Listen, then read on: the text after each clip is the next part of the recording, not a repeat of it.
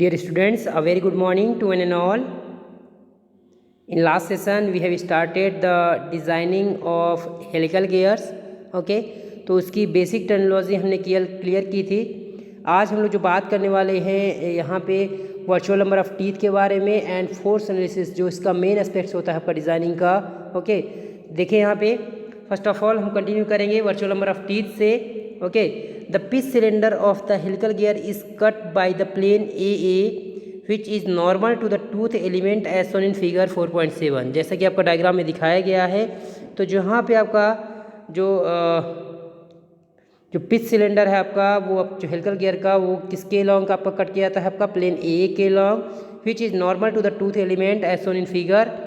The intersection of the plane AA and the pitch cylinder produces an ellipse. Okay, this ellipse is shown by a dotted line. The semi major and semi minor axis of this ellipse are d upon 2 cos psi and d by 2 respectively. Okay, it can be proved from the analytical geometry that the radius of the curvature r dash at the point B is given by r dash is nothing but the a square by b. Okay, where a and b are semi major and semi minor axis respectively.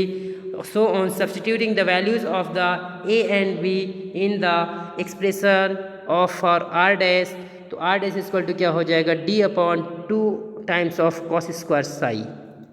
Okay, next देखें. In the design of helical gears an imaginary spur gear is considered in the plane A with center O dash having a pitch circle radius r dash and the module Mn.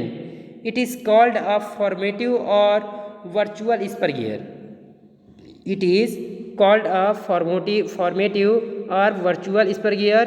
The pitch circle diameter d dash of the virtual gear is given by d dash is equal to 2 times of 2r dash is equal to d upon cos square psi. Okay, clear है कि 2 से आपका 2 cancel out हो जाएगा, तो यहाँ पे simple आ जाएगा डी अपन कॉस स्क्वायर साई, जो कि आपका नाइन्थ इक्वेशन में आया था.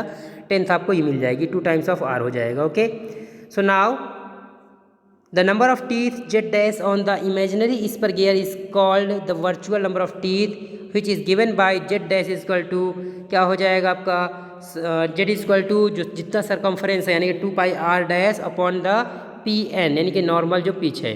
ओके, तो 2 पाई आर डैश की वैल्यू क्या निकाली अपॉन क्या निकाला हमने d upon 2 cos square Sai निकाला, और p इक्वल टू क्या होता है पाई m. ओके, तो पाई mn हो जाएगा यहाँ पे, चूँकि आपका नॉर्मल मॉड्यूल लेना है. ओके, तो 2 से 2 कैंसिल आउट हो जाएगा, तो यहाँ से क्या हो जाएगा पाई d अपॉन, अच्छा पाई से पाई भी कैंसिल आउट हो गया, तो d upon mn cos square psi आ जाएगा Z dash. Okay, that is the virtual number of teeth. Substituting equation 6 in the above expression, तो जेड डैश इक्वल टू क्या आपका Z upon cos cube psi, तो Z dash की value क्या आ जाएगा Z upon cos cube psi, तो वहाँ से आप वैल्यू निकाल लेंगे. ओके, अब आते हैं आपका जो मेन टॉपिक है, that is the force analysis of the helical gear. Okay, देखिए यहाँ पे the resultant force P acting on the tooth of the helical gear is resolve into 3 component. जैसा कि आपने स्पर गियर में भी देखा था, वहाँ पे 3 कंपोनेंट थे. कौन कौन से आपका PT, PR, okay, and PA. Okay, तो बाकी आपका वहाँ पे जो रेडियल कंपोनेंट था उसको नेगलेक्ट कर दिया था आपका. ओके, तो उसके भी यहाँ पे PT, PR और PN को लेकर के ही हम काम किए थे. यहाँ पे एक कंपोनेंट आ गया PA, that is the axial और थ्रस्ट कंपोनेंट. ये आपका एक्स्ट्रा है यहाँ पे. ओके, ये किसके कारण से आया आपका ड्यू टू हेलिक्स. ओके, यहाँ पे देखना है आपका PT क्या है आपका टेंजेंशियल कंपोनेंट, PR क्या है आपका रेडियल कंपोनेंट, एंड PA क्या है आपका एक्सियल और thrust component. The normal pressure angle alpha n is in the plane ABC shaded by the dots, while the helix angle psi is in the lower plane BCD. देखें एक बार, ये यहाँ पे दिखाया गया है. देखें एक बार फिर से देखें, क्या था ये जो प्रेशर एंगल है वो अल्फा n है, और साई क्या है आपका that is the helix angle. ठीक है, तो अल्फा n ये है आपका दैट इज़ द ACB, और जो यहाँ पे DCB बन रहा है that is the pressure angle. Okay, चलिए वैल्यू फाइंड आउट करेंगे यहाँ से. तो देखिए यहाँ पे क्या हो जाएगा, फ्रॉम द ट्रायंगल ABC, यदि आप ट्रायंगल ABC लेते हैं यहाँ पे, तो क्या हो जाएगा यहाँ पे चूँकि साइन अल्फा एन ले रहे हैं आपका, तो साइन अल्फा यानी कि परपेंडिकुलर अपॉन हाइपोटेनियस, ठीक है ना। तो परपेंडिकुलर क्या है आपका, परपेंडिकुलर अपॉन में हाइपोटेनियस, तो परपेंडिकुलर है आपका ए बी, तो ए बी अपॉन में हाइपोटेनियस आ रहा है आपका क्या, ए बी अपॉन में हाइपोटेनियस है आपका यहाँ पे ए सी, ठीक है। तो ए बी अपॉन ए सी हो जाएगा, और A B upon A C, A B क्या है आपका यहाँ पे, A B is nothing but the P R, A B क्या है आपका, वो पी आर के बराबर है, और ए सी किसके बराबर है, पी के बराबर है, ठीक है। तो यहाँ से आपका पी आर बराबर निकाल सकते हैं P sine alpha N, okay. Same in the same way यदि आप कॉस लेते हैं तो cos alpha N equal to क्या हो जाएगा आपका, बेस अपॉन हाइपोटेनियस। तो बेस क्या है आपका यहाँ पे, बेस क्या आपका बी सी है, और हाइपोटेनियस तो आपका ए सी है ही है, तो ओके। तो यहाँ से बी सी इक्वल टू क्या हो जाएगा, हाइपोटेनियस यानी ए सी इंटू कॉस एल्फा एन, और ए सी की वैल्यू क्या है आपका पी है, तो यहाँ से बी सी इक्वल टू क्या आ जाएगा, P cos alpha N, okay. Clear है यहाँ तक। तो इक्वेशन ए और बी आ गई। आगे देखें यहाँ पे,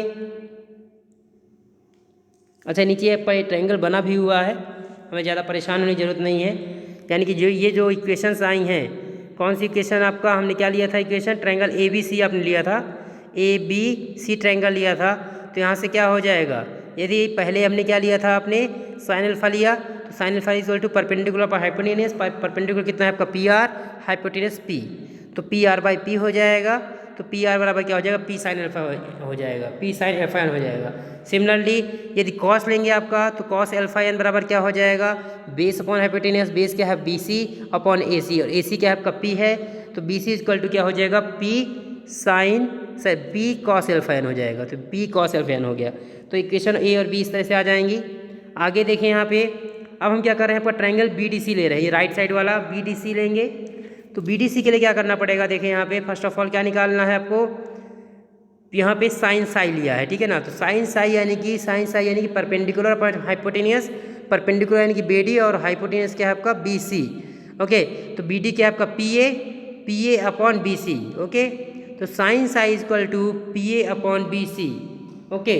तो पी ए बराबर क्या हो जाएगा, बी सी साइन साई हो गया, और बी सी की वैल्यू पहले आप निकाल रखे हैं कितना, पी कॉस एल्फा एन, ये आपने निकाल रखा है, देखिए बी सी की value P cos alpha N, तो यहाँ पुट कर देंगे तो क्या हो जाएगा, पी कॉस एल्फा एन, ये बी सी की वैल्यू हो गई, और साइन साई तो था ही, तो P cos alpha N into sine psi, okay. In the same way जब हम कॉस लेके चलेंगे तो कॉस क्या हो जाएगा, डायग्राम में देखें, कॉस क्या हो जाएगा आपका राइट साइड में डायग्राम सी में, cos psi equal to base upon hypotenuse. तो बेस कितना है आपका, बेस है आपका C D, that is nothing but the P T है ये, और हाइपोटेनियस है आपका बी सी, ओके। तो C D upon B C, okay. तो C D upon B C, C D क्या है आपका पी टी है आपका, तो पी टी इक्वल टू क्या हो जाएगा, B C into cos psi, फिर से बी सी की वैल्यू पुट करेंगे तो क्या है वो पी कॉस एल्फा एन है, तो P cos alpha N cos psi हो जाएगा, ठीक है। अब दोनों इक्वेशन यदि यूज़ किया जाए from the equations C and D, ध्यान से देखेंगे यहाँ पे, तो क्या हो जाएगा, यदि हम यहाँ पे दोनों को डिवाइड कर दें, P A upon P T कर दें, P A upon P T करेंगे तो पी से पी कैंसिल आउट हो गया, कॉस एल्फा से cos alpha N cancel out हो गया, खाली क्या बचेगा, sine five upon cos five, तो क्या हो जाएगा, टेन फाइव हो जाएगा, सॉरी टेन साई हो जाएगा। तो पी ए बराबर क्या आ जाएगा, पी टी टेन साई आ जाएगा, पी ए बराबर पी टी टेन साई। आप यहाँ से भी कर सकते हैं directly, tan psi equal to perpendicular upon base, तो परपेंडिकुलर है आपका पी ए और बेस है आपका पी टी, क्लियर है। तो यहाँ से भी आप निकाल सकते हैं, ओके, डायरेक्टली डायग्राम की हेल्प से। Now from equation A and D, equation A and D, A equation देखें ध्यान से क्या है, कौन सी है, ए है आपकी P R equal to P sine alpha N, P R equal to P sine alpha N, और डी है आपका P T equal to P cos alpha N cos psi. तो यहाँ से आपका पी आर बराबर पी टी क्या था आपका, P R equal to P T,